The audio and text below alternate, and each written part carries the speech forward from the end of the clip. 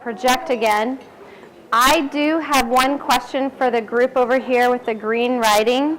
You have a child that stims and and bangs his head. Is that correct? Those are two different children. Okay. So your head banger, is it only out of frustration? Who knows? Okay. He bangs it a lot.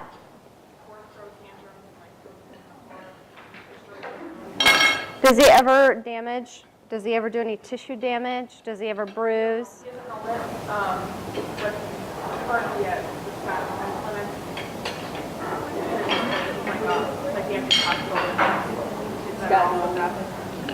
Does he have a seizure disorder?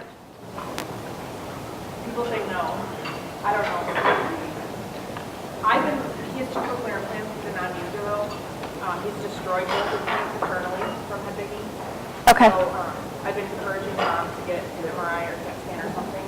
Yep. She's been told by doctors that it's not possible. She actually is working with a student who is a head banger. He wears cochlear implants. However, he's not using them. And he has banged his head so hard that he's actually broken internally. And so you have encouraged mom to get an MRI or a CAT scan. My question for her is, we always worry about one thing, a couple different things with head bangers, if they have ASD or ASD symptomology. And that is, sometimes our children on the spectrum, we know that 30% of children with autism have a seizure disorder. And sometimes it just looks like absence seizures where they kind of space off and then come back. Sometimes you might see their eyes kind of twitch, or even muscles in odd places on their faces twitch. And then we have where they have clonic-tonic full-blown seizures, okay? But we do know that 30% of the autism population does have a seizure disorder, and that's probably primarily based because autism is a neurologically based disorder. So we know something's going on in there. When we have a head banger, if they're doing damage, then we sometimes worry about the fact that there could be an associated seizure disorder. Because sometimes when they feel that aura of the seizure coming on, you know, the beginnings of that seizure, they may headbang in an attempt to stop or reset that situation, okay? And that's why I was trying to get a little bit more information. Because if you have a headbanger who's not doing any tissue, who is doing damage, then I want to check seizures.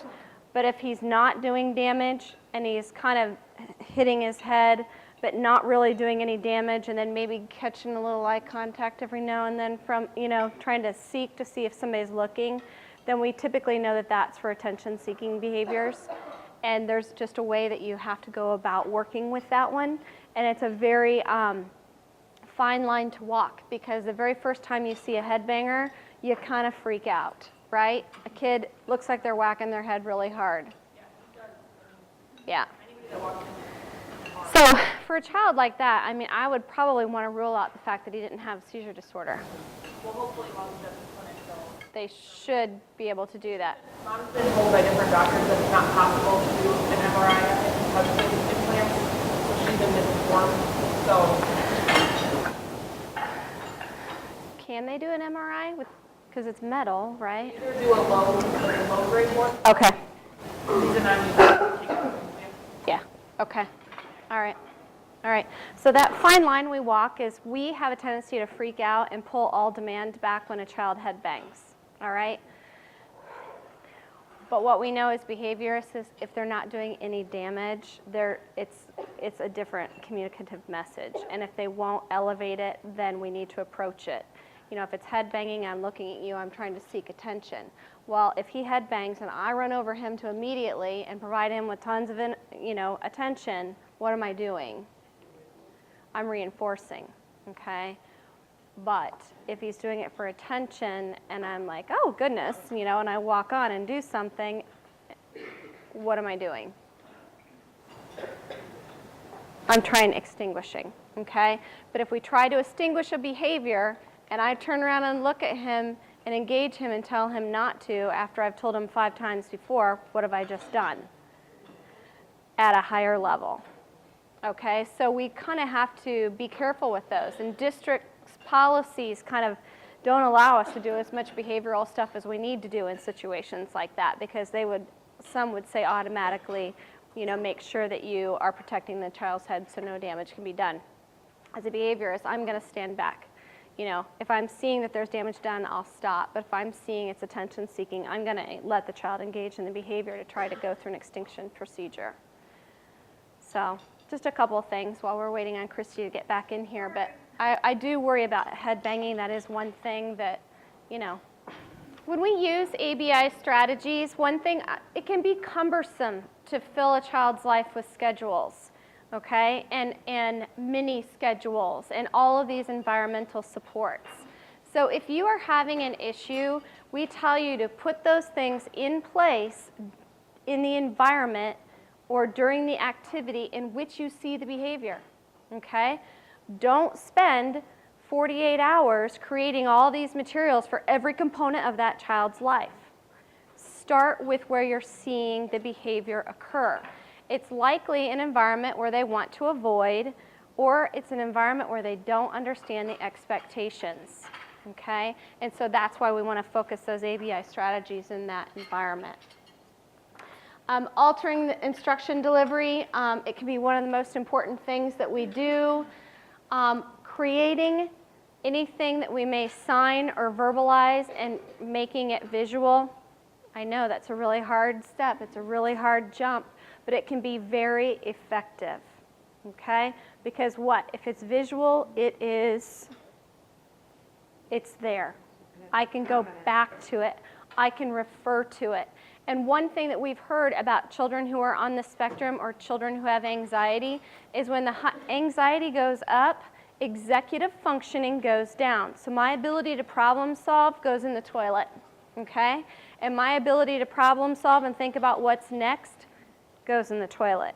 But if I have a visual and I have high anxiety, I can go back to that visual, or somebody can go ahead and point me back to that visual, and I can know what's coming next. It helps organize my life for me, okay?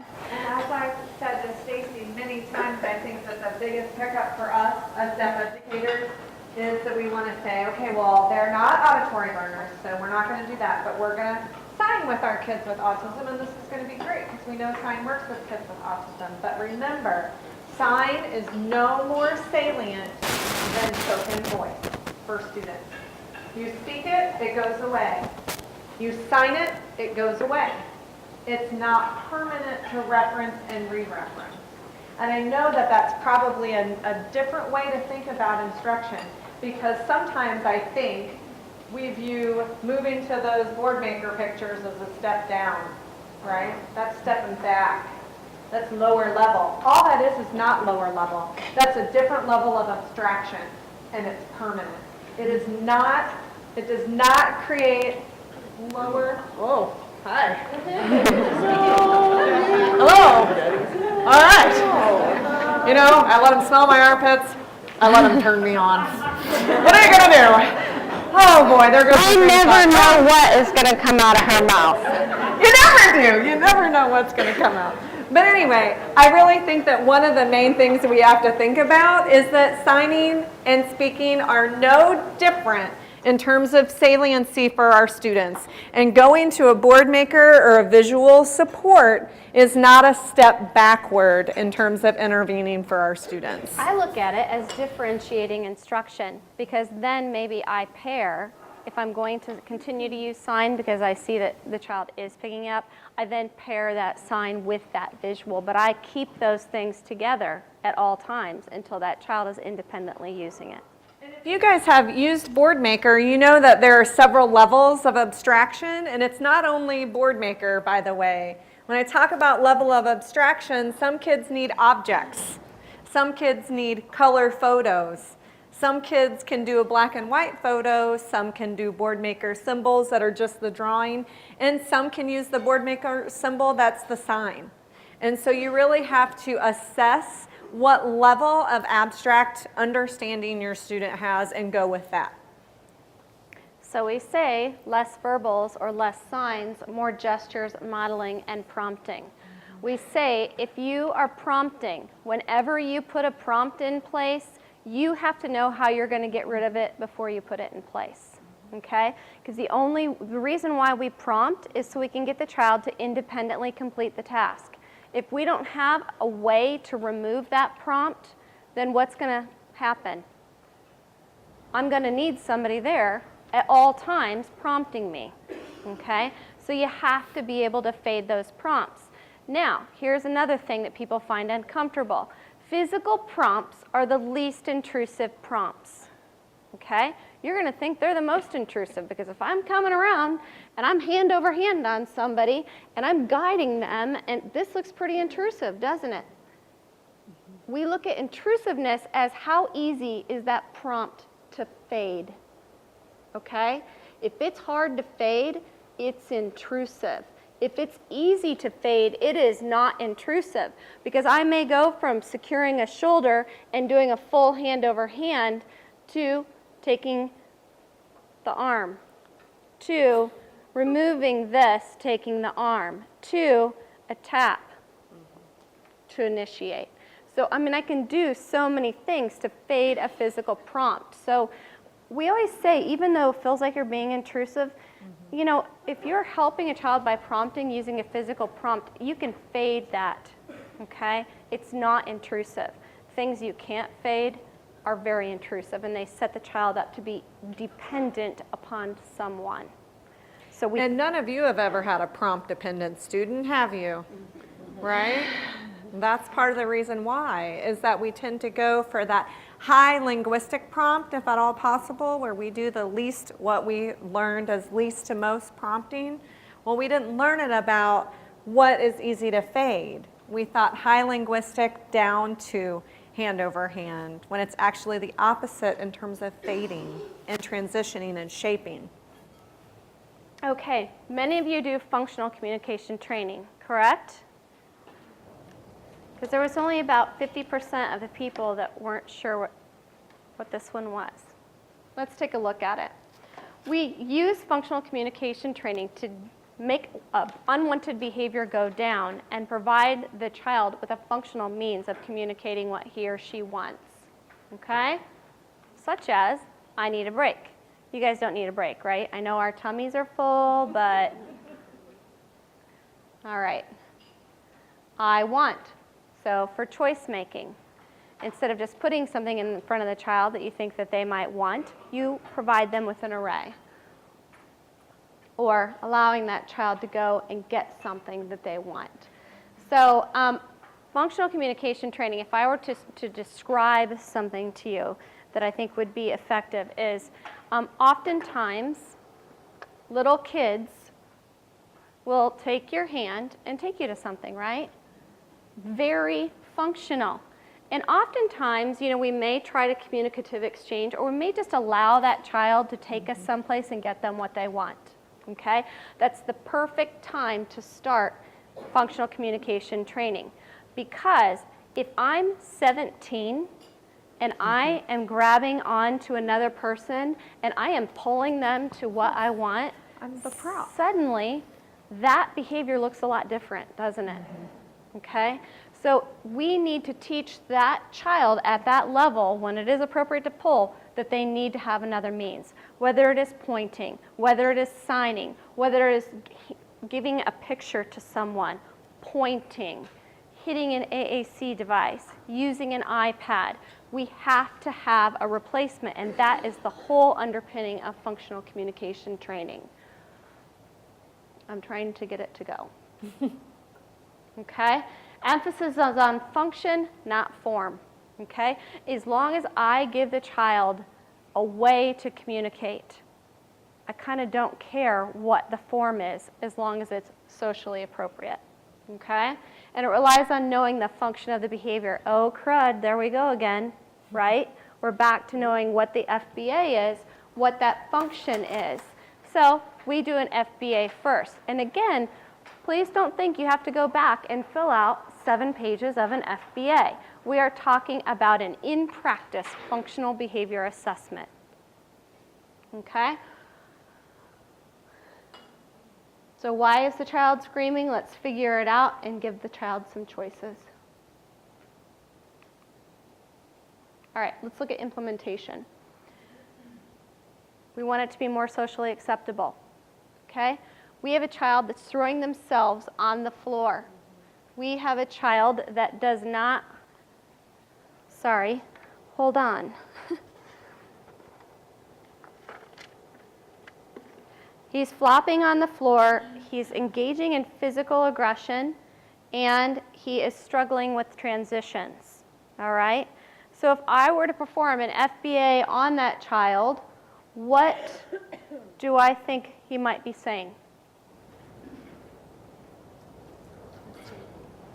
Okay, I want to avoid something. I want to escape this situation, all right? We don't know the why yet, do we? But we could probably, if we knew the situation and we knew the times and the people involved and the activity, we could probably deduce to the fact why that child wants to avoid that situation, okay? So we need a more socially acceptable way for that child to escape without flopping on the floor, engaging in physical aggression, and struggling with transitions. What could be a more appropriate behavior? Where's that team?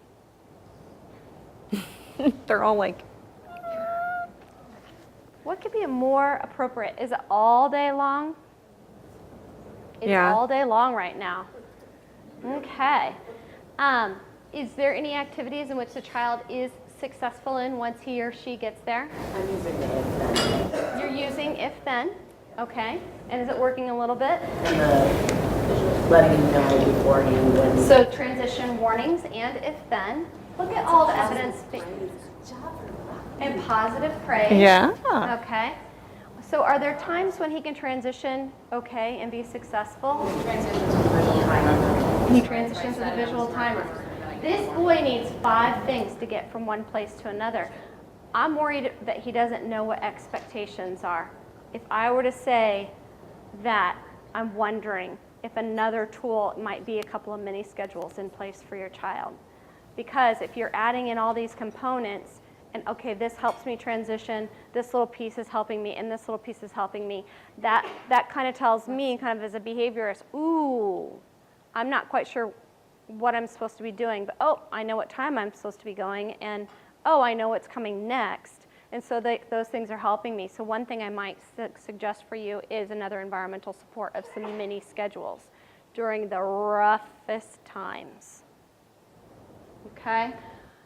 But if we look at FCT, we're going to focus on the new communication behavior. So, we know he's going to engage in this behavior, right? Even if we have some supports in place. What are you going to allow him to do appropriately? Can he request a break? I started pictures and that's definitely helped. I let him be trained to the spot. Oh, you let him be the train to the spot? Is his obsessional interest trains? And what? Angry Birds. And Angry Birds. So he can fly there, So he too. gets to fly. He gets to be the mighty eagle. That's beautiful. See, look at all the things you're doing. Yeah, you're doing it. All right. So we're going to perform that FBA. Step 2 is we're going to match the function to the message of the alternative communication. Sometimes he's not going to transition okay, but he needs to let you know, besides throwing himself on the floor and besides kicking you and hitting you, that I'm not ready for this. I need a minute. So how can you allow him to do that? Okay? So you're going to have to allow him to tell you that. And maybe it's just you give him 3 minutes after you teach him to request that break, or you teach him that I need to rest for a minute before I transition. Okay? But allow him to do that. It's so much better that he can tell you that, or that he can sign that, or hand you a picture, or point to something, than throwing himself down on the floor. I mean, how many times have you gone home oh, after picking him up or having him jerk your shoulder out, or, all right? So in the situation, if you're working with peers, other kids need to be informed because you don't want them, if he requests a break and they're trying to transition with him with a peer, then they know they need to stop and go get the teacher, okay? The target child must have an icon to share, must have a gesture, must have something that is recognizable by the people in his environment, all right? And it could be, you guys have probably seen on your lanyards when you can have multiple pictures that you've got that option for him to point to that, even if that's his level of understanding, that he can point to the picture that's hanging on your belt loop and say, right now I need this. Yeah, don't put it around your neck because we all know there's a reason those break away, don't we? and it has to be just as easy, okay? I have to be, if I'm used to just screaming at you, okay, and you give me a break then the communication system that I give to you to communicate with me that I need a break has to be just as easy as screaming, okay? I can't have to think 5 steps to get to it. It's got to be just as easy. So if I need a break and I've got a screamer, I might tell them to give me the universal sign for stop, which in typical world, I'm probably embarrassing myself in the DHH world, but this is what we do. It's like stop, okay? Pretty easy to do. Almost as easy as screaming, right? Or almost as easy as throwing myself down on the ground. But if I can teach that gesture that's pretty universally understandable, then I'm giving that a child something that's just as easy to do, okay? This is where that whole conversation of where does behavior and language collide here? Because a lot of times we say, oh, well, he's really good at screaming to get his way. And then we expect him to sign a 4-word utterance to us. Well, it's no wonder that behavior is not going away because now we're expecting him to do 17-fold what he was doing to get the same function of behavior. And so it's really about retraining our thinking about what are our expectations for our students that they can easily transition into. And then we can shape that. Then we can go from this to this to this, right? But we have to use and think about the ease of behavior for our students and the cognitive load in which it requires. And we have to teach it. Yeah. So just giving them a picture or just showing them a couple times that if you need a break, say stop, that doesn't work because they're still going to engage in the screaming. So when the child is engaging in the screaming, what you're going to do is you can model, and then you can have him and say, we need to stop. Mm-hmm. Go sit for a break, okay? And then you guide them. So you're gonna have to teach them in the moment because they're not gonna pick up the skill on their own, okay? And teach them in the moment that 60 times. I was just gonna Right. say, and what's the repetition on that? Right. That's the tough part, is being patient. And you reinforce. Even if you are prompting that initially, you're going to reinforce it by giving it to him. And then when he's done, you're going to say, great, fantastic, you took a break. We are now transitioning to, okay? Wherever they're transitioning to. Or if they like, you can reinforce them for that using even an edible. Or if they like a head squeeze or whatever. But if they've performed that, you're going to give it to them. I know a head squeeze. I've had 2 head squeezing kids. Has anybody had a head squeezer? Thank you. Okay. Like I feel like I'm going to squeeze his head in half. He wants it that hard. Yes. This particular boy likes the iPhone. He likes the iPad? So, and it really has worked for him. But then I feel really bad for the other kids. And I have a second one that they get to rotate. Uh-huh. We use it during our 20 minutes in play or whatever. But he always gets it. So I don't know. Okay, so the question was, he likes the iPad, but the other kids want that. And so that's not feeling fair, is what I'm hearing to the other students. And there's a second iPad for the other kids to rotate, but he always gets it. And so this becomes a peer issue. How do you handle that? Is it a peer issue or an adult issue? And I'm just going to be flat out honest with you. It's kind of a you, right? You Okay. feel bad? Faces, but they're accepting it like that's how it is. And I know that they don't want to be pushed and shoved and all that stuff either. So that's why I'm doing it. But So I think you've just answered your question. Your students are much more intuitive to that than you think they are. They recognize that he is different, guaranteed. They recognize that he needs it, so he doesn't, when he has it, he's not pushing and hitting us, okay?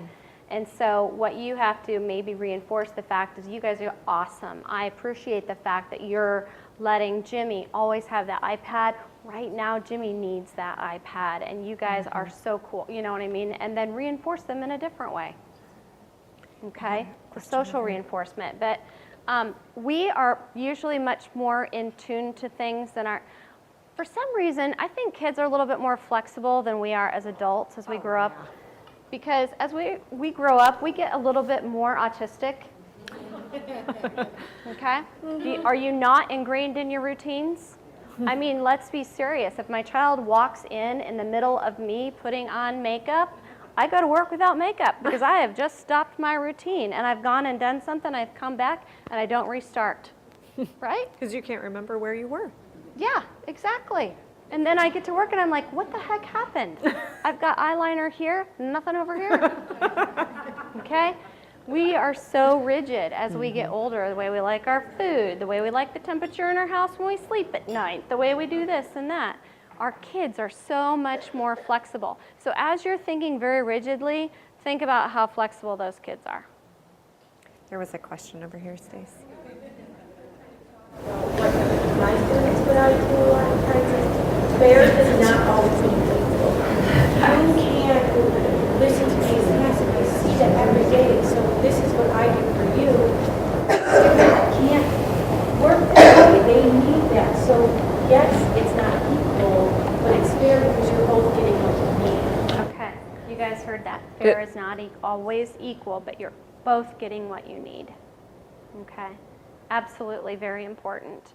And that's something I think we say over and over again when we go into typically developing classrooms. They're always like, well, he can't have that. He can't have that 1 ounce of soda as a reinforcer. The other kids don't have a can of pop in here. My first intent is to say, well, bowl, but I don't. Okay, so we're reinforcing that behavior with whatever we need. We've got our trains, but we're replacing, okay? And we're collecting data, particularly if this is a big behavior, right? And then one thing we love to do is sabotage that environment, right? So throw in something that you think is going to make that child engage in that unwanted behavior, or throw something in the environment that's going to make you make that child want to request something, but give him opportunities for practicing by sabotaging the environment. Why do I keep wanting to put it up here? Not going to do it, is it?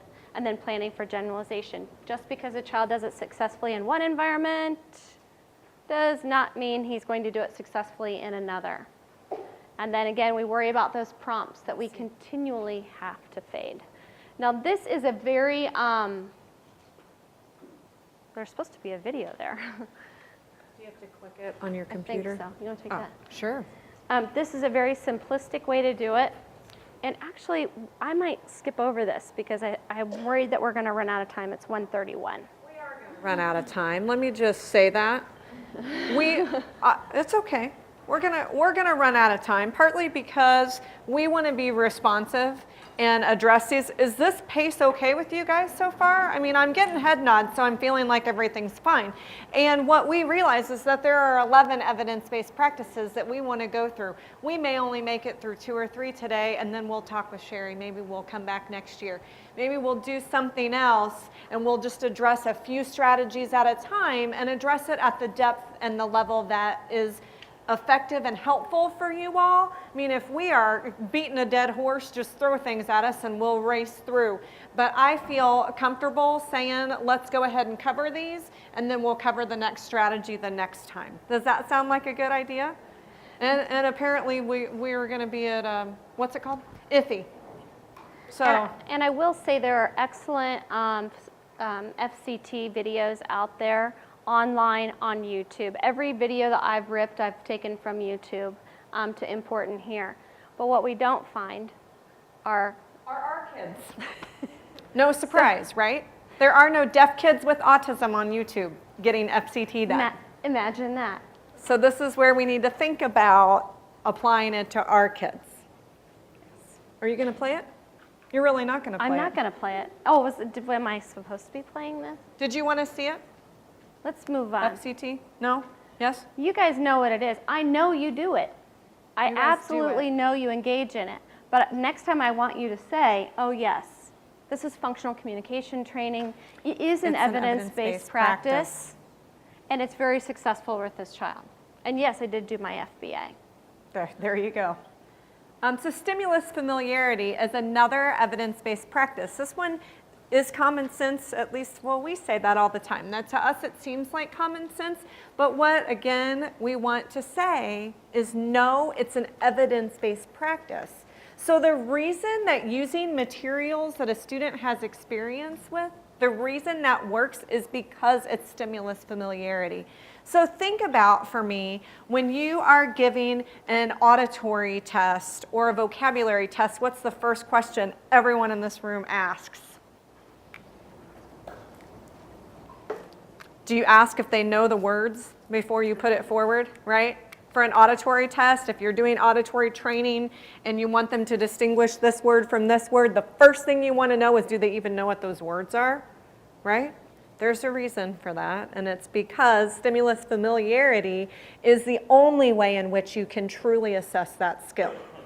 And so that's one thing we do, and we've already talked about the use of obsessional interests as well. Another thing with stimulus familiarity is, because remember when we said that repetition can sometimes need to occur over and over and over again in order for it to go into the working memory? Well, that repetition often has to be done with stimulus familiarity, meaning that if I am teaching the child to sign to me or to say to me his or her name, the stimulus I may use is, what's your name? Okay? And I may use that same thing over and over again. I'm not going to switch it up and say, hey, what'd your mom name you?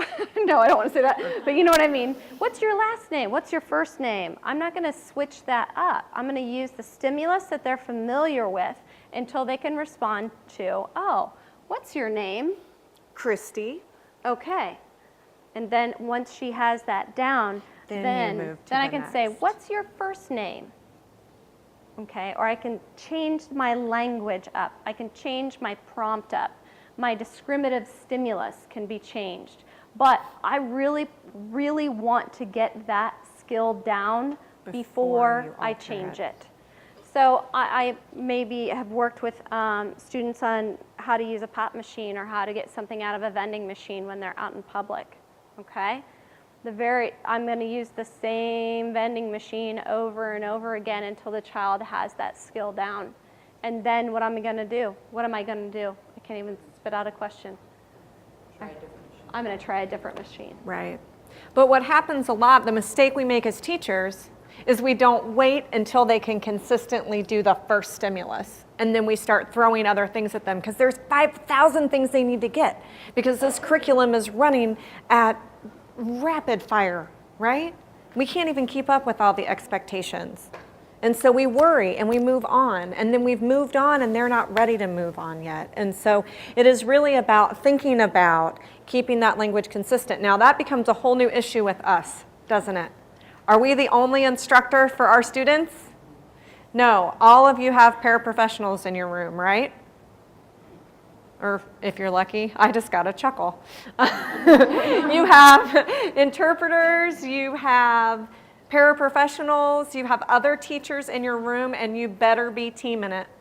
Because if Stacey's asking it one way and I'm asking it another, now we're at 120 trials to get there rather than 60. Does that make sense? So all of those things that we know teaming is important, but this is why teaming is important. So that's part of, if you're going to teach something through a flashcard, use the same flashcard before you start morphing it up. Good? Yep. Oh, errorless learning. Yes. One thing I did want to talk to you about, though, is with stimulus familiarity, you do have to generalize it to other materials and other things.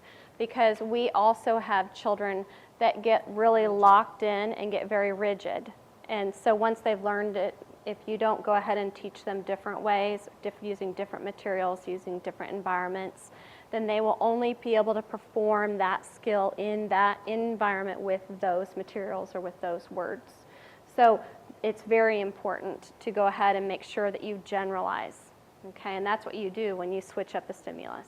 But to not start generalization until the primary skill is acquired and then start generalizing right away. I always tell a story in my class about an adult with autism that we worked with in the clinic, and we were teaching him the word cup, and we taught him cup with a coffee cup with a blue stripe, and before he could call that a cup, we showed up with a different coffee cup, and all of a sudden it wasn't a cup anymore, because he wasn't ready for that. But then we had to move to generalization very quick because we realized his definition of cupness was the blue stripe. And that's not what we want to get into, because our kids are very inclined to do that anyway. Yeah, they have something called stimulus over selectivity. Which means they pay attention to parts of the stimulus that aren't important to the definition of it. So what do they call every four-legged animal?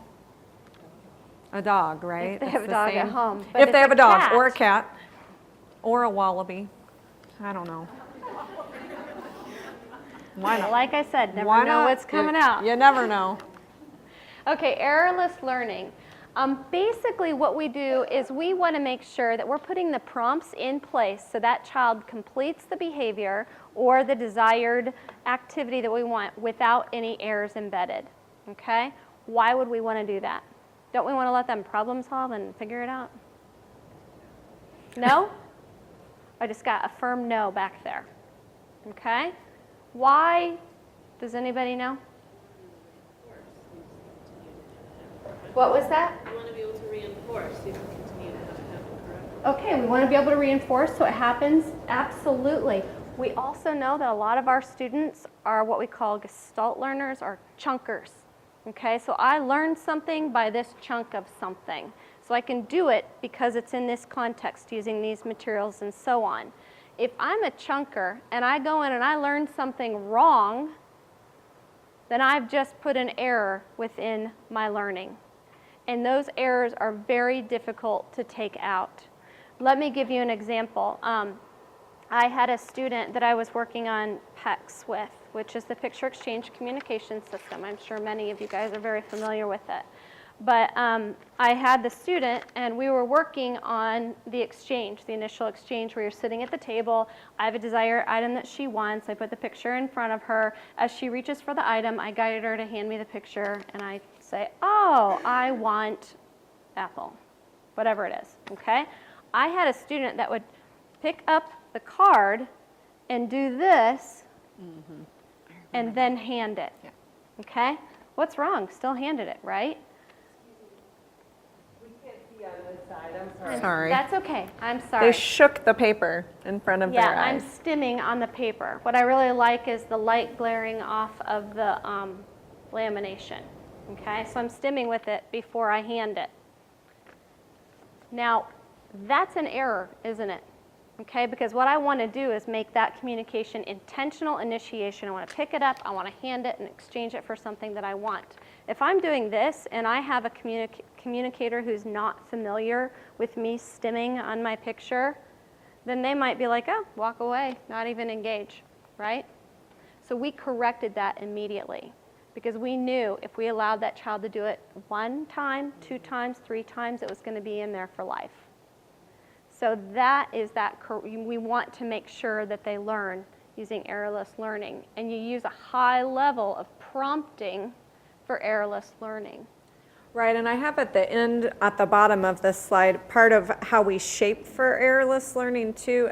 I don't know how many of you do auditory oral with your kids, how many of you do speech instruction with your students, but I always have speech therapists tell me, don't ever tell them that production is correct if it's not correct, right? You want to say you're getting closer.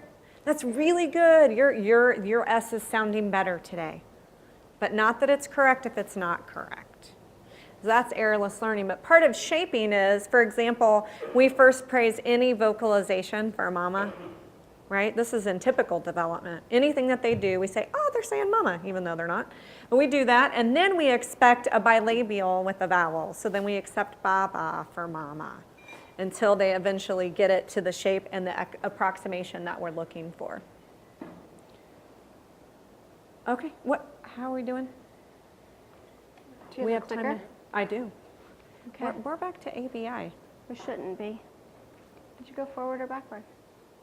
Well, there's Nick. Oh, this was an example. Those slides got out of order. This is Nick. Nick loves drawing. He's an amazing artist. Yes. He spends hours on YouTube, sometimes watching some inappropriate things. See, he does. He loves to watch videos, but he likes them just for the credits. And he can eat a bag of Lay's potato chips in one sitting. Okay? So what have we identified there? Every single one of his reinforcers. Okay? But Nick, my good friend Nick, had some unwanted behaviors. All he wanted to do was play on the computer. He did nothing else. He's a jammy boy, so he would walk in, literally stripped down nude as soon as the front door was closed, and have his PJs on his stairs. Okay? Well, my girls are now 16 and 18. But he would strip down in front of them, and the girls were just kind of used to it. And finally, I was like, Mindy, we got to correct this one, okay? So I went to her house like 3 days in a row. He learned this pretty quickly. And he got nude, and I went, oh, Nick, go to the bathroom. And he was like, it shocked him. And he was like, oh, sorry, Stacey. You know, he picked it up very quickly. So anyway, he's a jammy boy. Go put on his jammies and then go sit in front of the computer for hours on end. And I was like, Mindy, do you want him to live by himself? Okay. Do you want him to actually, or are you going to do everything for him for the rest of his life? Well, she thinks she's going to die 1 minute later than he is. But she does, honestly she think does. that. She does. I told her it's not going to happen. And he's not moving in with me. Or me. Yeah. So another thing is he wouldn't help with any chores at all. I mean, nothing. Like the vacuum was on, absolutely not.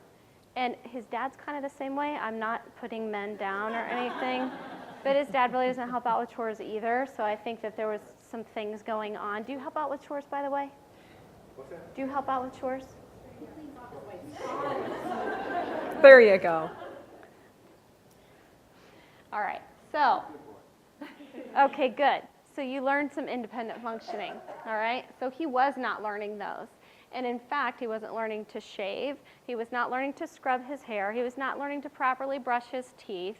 Lots of things he was not learning at a very old age, okay? So, oh, don't point to the screen.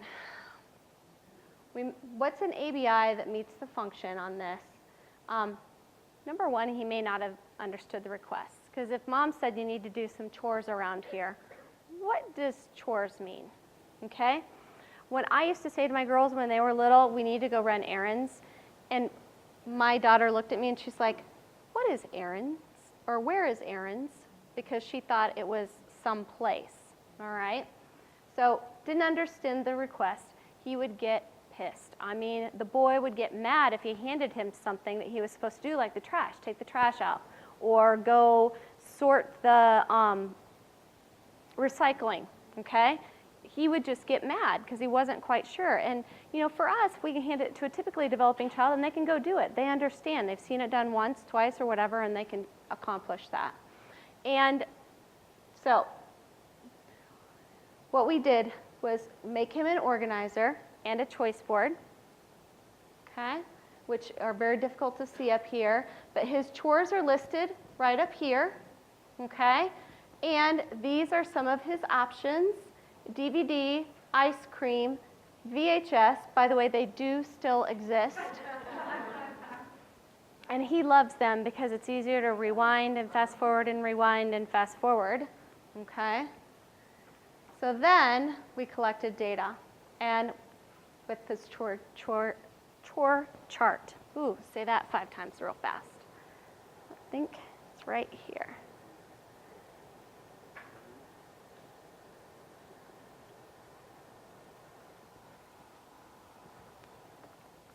me see.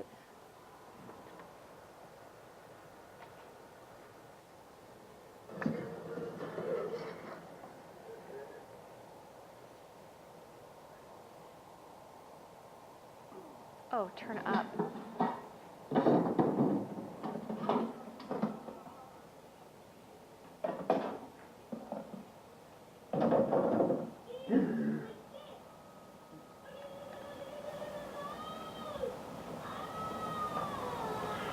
The TV.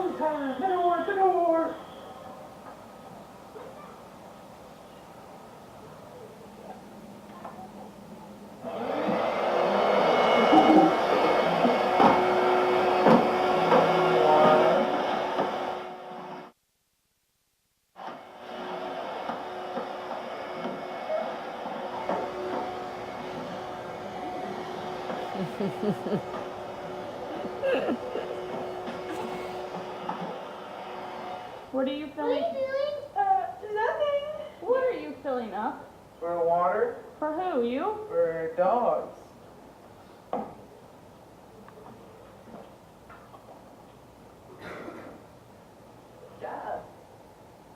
All right.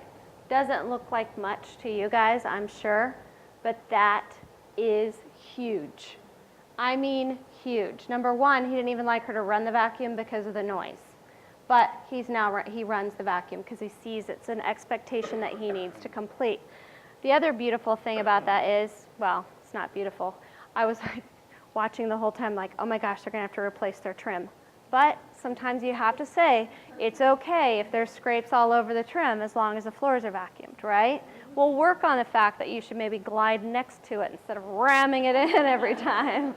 But trash was out, dog water, everything, and then he earned money each day, and of course he went to family video on Fridays, and that's how he spent it. And he used to have to go get videos more frequently, but they put that on a calendar to where when he would get to go, because he would obsessively come home and say, I want a video, I want video, I want video, and mom would say, we can't go right now, but he had no idea when he could go. So then they said, she would say, go check the calendar. So video days were Wednesdays and Fridays. And then he'd go check it. If it wasn't a video day, he was fine. So he has done so well with all of these strategies. I've known him. And he was a 3-year-old that was a 3-on-1 kid. Do you understand what I mean? He was so aggressive.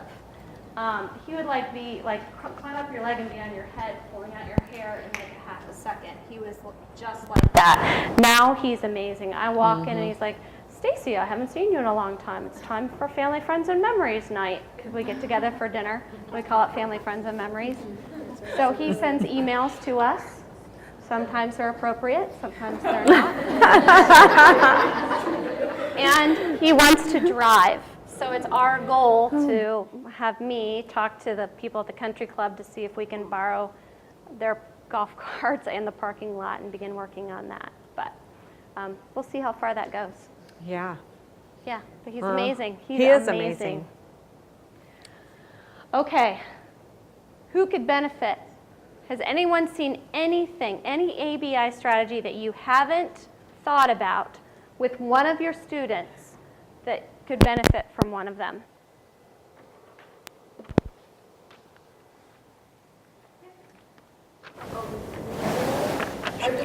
The whole obsessive focus on, like we do like a reward, keeping that her chart in front of her, but now she's just become obsessed with, are we going to do cookie now? Are we going to cookie? I'm like, no, we're not going to cookie. So I think it's more like now just focusing on how to